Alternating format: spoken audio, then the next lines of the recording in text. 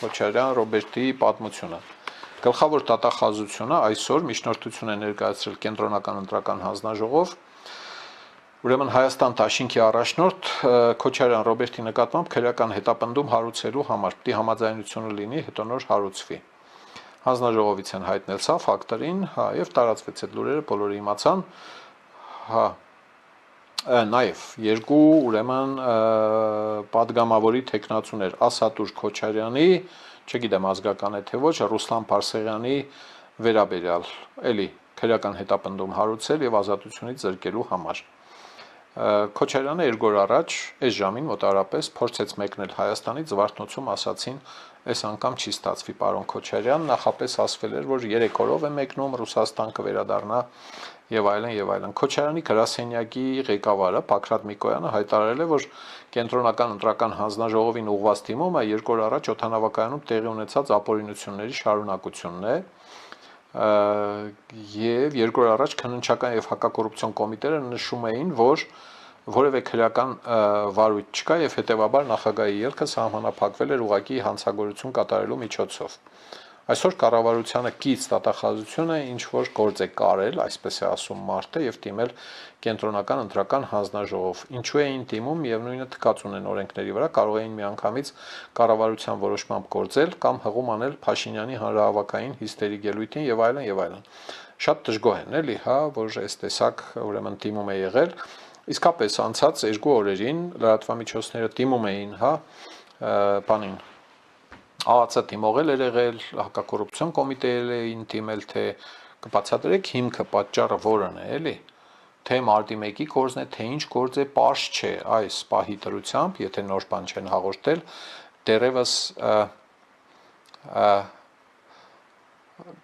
դերևս պարզ չէ, էլի, թե ինչ հնարավոր քրեական գործի մեջ է, էլի։ Իսկ պարոն Քոչարյանի կենսագրությունը մի թեթև իմանալու դեպքում բան է, ինչ է անունը, կարելի է մտաբերել մի, չգիտեմ, 10-15 դեպք, երբ հաստատ այդպիսի հիմքեր կարող էին ունենալ։ Թե ինչու են նոր հիշում սա ուղիղ կապ ունի Փաշինյանի խոստումների ճղայնության, ինչ է անունը, կզցնել, նստցնել, այս կոմենկոմ, այսօրով էր ասած 3-ը 6-ի վրա սենյակ է պետք, խցերի մասին էր էլի խոսում, 6-ը չեմ հիշում, 6-ը հազիվ թե, բայց մի քիչ փոքր են ոնց որ թե այդ խցերը, այսպիսի պատմություն, տեսնենք առաջիկա օրերին ինչ կլինի, մտածում եմ կարող է պատահի 98 եւ 2003 թվերի կեղծ տեղեկանքներն են հիշել, ասենք Հայաստանի իրավապահները հիշել են, որ 28 տարի առաջ եւ 23 տարի առաջ կեղծ տեղեկանքներ է ներկայացրել պարոն Քոչարյանը եւ չի կարդացել այնտեղ ինչ է գրած, էլի որ սուտ բաներ են գրած, այսինքն կեղծված է, էլի բովան։ Կարող է այդտեղից են բռնել, իհարկե դա վաղեմության ժամկետի տակ է ընկնում, բայց թե ասպիսի ճանապարհի խոչընդոտումը կամ Հայաստանից ելքի խոչընդոտումը բան է, դրանով կարելի է իրականացնել, իհարկե սա բան է, միամիտ ենթադրություն է, բայց ի նկատի ունենանք։ Իհարկե հանրային դաշտում կան ենթադրություններ այն մասին, որ այսպես է հնչում դա, էլի, սա մեղադրանք չէ, բայց ենթադրություն կարող է լինել, որ գնում էին նոր ցուցումներ ստանալու։ Մոսկվան ինչ կասի, ինչպես վարվել, բայց թե դրա համար կապիրկին կա այստեղ, կարող է հրավիրել Չերեզին եւ դե բառը այդպես պիտի արտասանել, էլի, ուրիշ ձև, միջնորդին սխալ կլինի։ Չերեզնյակին,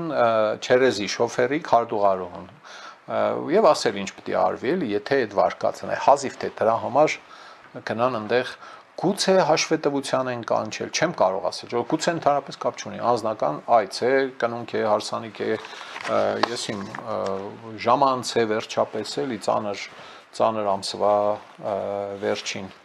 չենք կարող ասել, առաջիկայում ենթադրում ենք, որ պիտի լուրեր բաներ լինեն, հասկանանք, որը ում բարեկամն է, ինչ հաշիվ էր, էլի։ Ուրեմն Մարտակոսի հետ կապված ես մի թեթև ասացի ժողովուրդ ջան եւ կարևոր է որ այս լուրը հատուկ նշվի եւ հիշեցվի նրանց ովքեր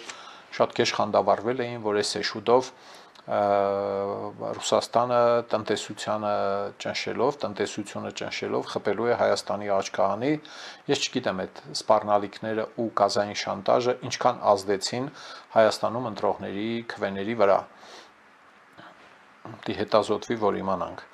Եվրամիության ընդլայնման հարցերով հանձնակատար Մարտակոսը 20 օրից կայցելի Հայաստան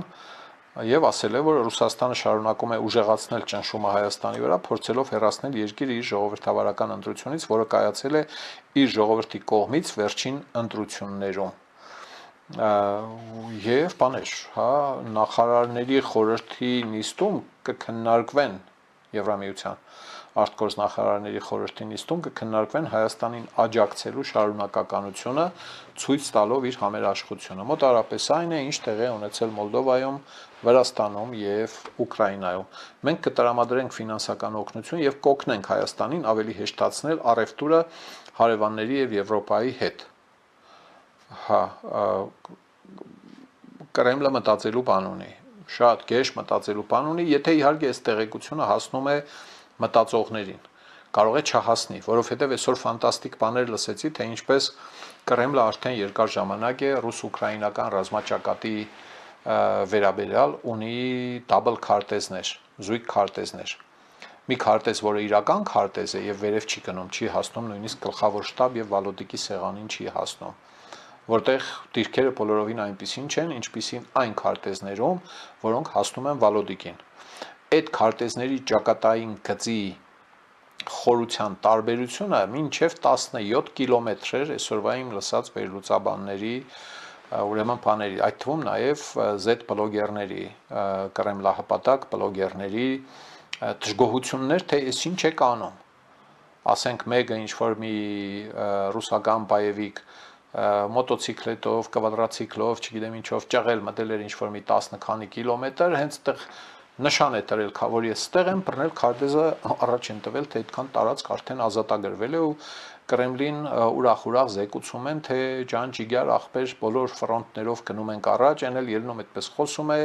Թրամփին է համոզում, թե սե Ուկրաինան ծնկի է գալիս եւ այլն եւ այլն։ Եթե այս պատմությունները ճշմարիտ են, ուրեմն ճշմարիտ պետք է լինի նաեւ այն, որ իրեն հավանաբար զեկուցում են, որ էս է Հայաստանում արդեն չնայած այս ընտրությունների արդյունքներին ժողովուրդը մթերք արտադրողները ծնկի են բերում արդեն վերընտրված իշխանությանը, քիչ մնաց դիմացեք, արդեն լավ կեղնի, ինչ իմանաս էլի, եսիմ։ Երեք լավ լուր եղավ այն մասին, որ Ծաղկաձորում այդ ճոպանուղու հատվածից 98 կամ 100 միլիոն դոլարի արժողությամբ մի քանի 100 հեկտար հող է վերադարձվել Հայաստանի Հանրապետությանը Հայաստանի Օլիմպիական կոմիտեից, ապօրինություններով են եղել ձեռք բերած եւ այլն։ Այսօր Դիլիջանից 12.3 միլիոն դոլարի արժողությամբ հող, դոլարով ասեմ, են միլիոն միլիարդների մեջ չխճճվեք էլի ժողովուրդ ջան, հա։ Վատ լուրեր, որ Փամբակում շարունակում են որոնել 13 եւ 7 տարեկան երեխաներին։ Գետի վրա Փամբակ գերն էլ հիմա վարարած, հա, ջաջուրի լեռներից իջնում է, գնում է խողովակ է գցած մեծ, կողքնել մի հատ բարակ խողովակ, դրանով անցել տարել են, էլի են եղել տեղից հայթակումներ ընկել են, գետը էս են արել, են արել, այս մեր օրերում է ժողովուրդ։ Մարդու կյանքը կին չունի, այս արտահայտությունը լսել եք, ես այդ արտահայտությունը չեմ սիրում,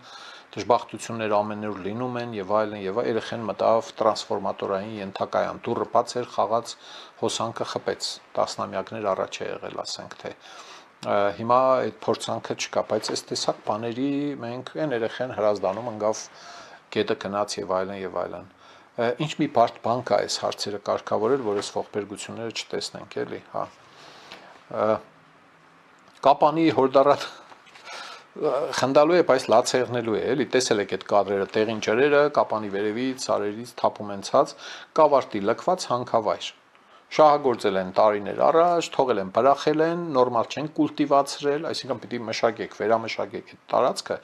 վերադարձնեք մարդկանց եւ բնությանը, ոչ թե բրախեք, թողնեք գնաք, հորդարատ անձրևների ժամանակ քանդում լցում է այդ տեղին օխրա ջուրը, գալիս լցվում է մինչեւ ուրեմն գետը։ Իհարկե բնապահպանության եւ ընդերքի վարչության պետական մարմինը ջրին նմուշ առում է կատարել, եւ այլն եւ այլն։ Առաջին անգամը չէ, պարբերաբար եղել է նման բան, իշխանությունը 20 թվին խոստացել է, որ վերջապես այդ խնդիրը կլուծվի, կկուլտիվացնեն։ Ինչ է նշանակում սա, քիմիական հետքը մարել եւ իհարկե վերադարձնել բնության այն իմաստով, որ այդտեղ պետք է աճի, լանջ է, ինչ է, դաշտ է, սարահարթ է, պետք է աճի, բան,